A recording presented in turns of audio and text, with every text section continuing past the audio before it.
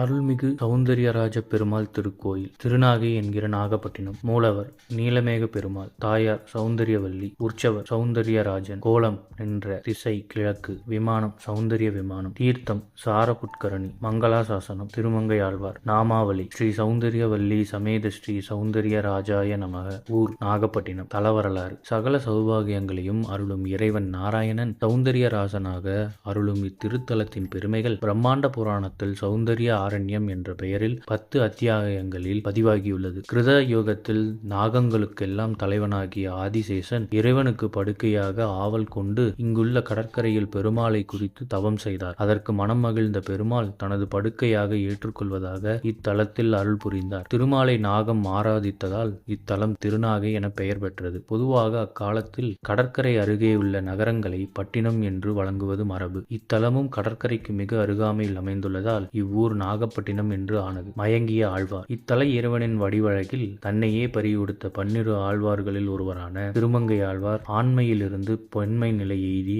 பரகால நாயகியாக மாறி இறைவனின் அழகை தோழியிடம் விளக்குவதைப் போல பாடியுள்ளார். முதல் 9 பாசுரங்களில் திருநாகை திருத்தலத்தின் பெயரை குறிப்பிடாமல் அச்சோ ஒருவர் அழகியவா என்று பாடியுள்ளார். திருவிழாக்கள். ஆணி திருவிழா 10 நாட்கள். ஆடிப்பூரம் ஆண்டாள் திருவிழா 10 நாட்கள். பங்குனி பிரம்மோற்சவம் 10 நாட்கள். மேலும் தங்குமிடம், தரிசன நேரம், முகவரி, போக்குவரத்து வசதி போன்ற தகவல்களை டிஸ்கிரிப்ஷன்ல கொடுத்துருக்கோம். மறக்காம செக் பண்ணி பாருங்க. இது போன்ற செய்திகளை உடனுக்குடன் தெரிந்து கொள்ள நம்ம சேனலை சப்ஸ்கிரைப் பண்ணிக்கோங்க. பெல் நோட்டிஃபிகேஷன் ப்ரெஸ் பண்ணிக்கோங்க. நன்றி, வணக்கம்.